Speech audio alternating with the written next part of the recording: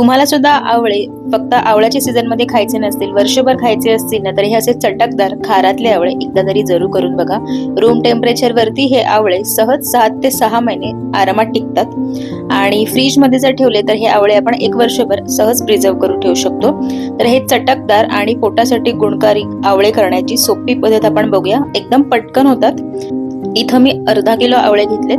आवळे चांगले स्वच्छ धुतलेत आणि पुसून घेतलेत. तर ज्या काही आवळ्यांना डाग लागलेत ते आवळे मी बाजूला काढून घेतलेत. म्हणजे जास्तच डाग असतील ते 2 आवळे आहेत ते मी बाजूला काढलेत.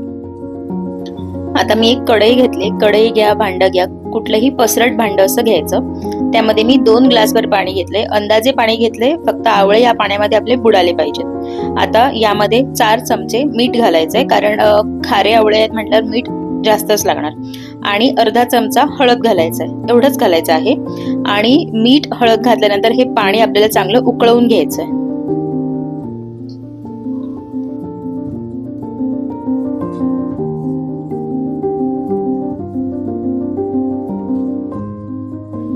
आता बघा पाणी हळूहळू गरम होते आणि उकळी फुटायला सुरुवात झालेली आहे. ही एकदम सुरुवात आहे.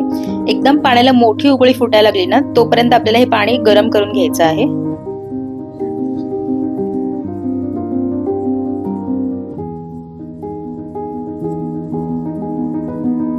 बघू शकता आधीपेक्षा पाण्याला आता मोठी उकळी फुटली.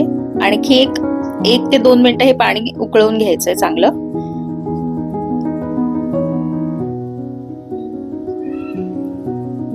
आता पाण्याला छान उकळी आली आहे. आणखी 1 मिनिटभर हे उकळवून घेऊन गॅस हा पूर्ण बंद करून घ्यायचा आहे. पाणी हे चांगलं आता खळखळून उकळतंय. गॅस आता मी बंद केलेला आहे. गॅस बंद केला की लगेचच दुसऱ्या मिनिटाला आपण जे आवळे घेतले होते, एक एक करून आवळे या पाण्यामध्ये सोडून द्यायचे.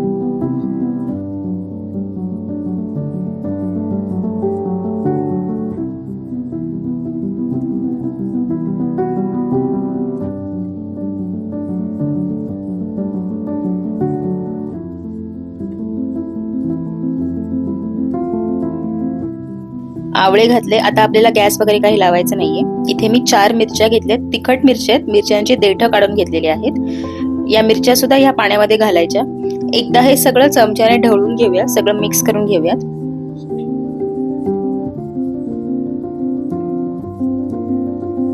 एकदा सगळं मिक्स करून झालं ना की यावर झाकण ठेवून असंच या कढईमध्येच पूर्ण थंड करून घ्यायचंय. रात्रभर ठेवलं तरीही चालेल, पूर्ण थंड करूनच घ्यायचं आपल्याला.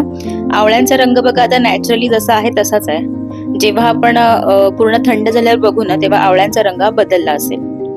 बघू शकता आता हे आवळे माझे पूर्णपणे थंड झालेले आहेत आणि आवळ्यांचा रंग आता बदललेला आहे. म्हणजे जसा हळदीचा रंग आहे तो आवळ्याने ऍब्झॉर्ब केलेला आहे. बघू शकता थोडेसे पिवळसर झालेले आहेत आवळे. आता हे स्टोर कसं करायचं ते सांगते. काचेची बरणी घेतलेली आहे. काचेची बरणी एकदम स्वच्छ आणि कोरडी आहे. त्यामध्ये अजिबात पाण्याचा अवशेष नको. आणि सगळ्यात आधी एक एक करून आवळे या बरणीमध्ये सोडायचेत.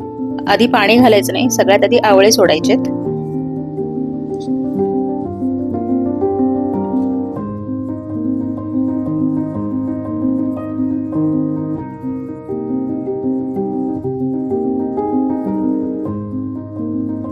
बघू शकता आवळे आणि मिरच्या माझं बरणीमध्ये भरून झालेल्या आहेत. आणि कढईतलं जे पाणी होतं ते आता पाणी जसं जेवढं बसेल तेवढं चमच्याने बरणीमध्ये भरायचंय.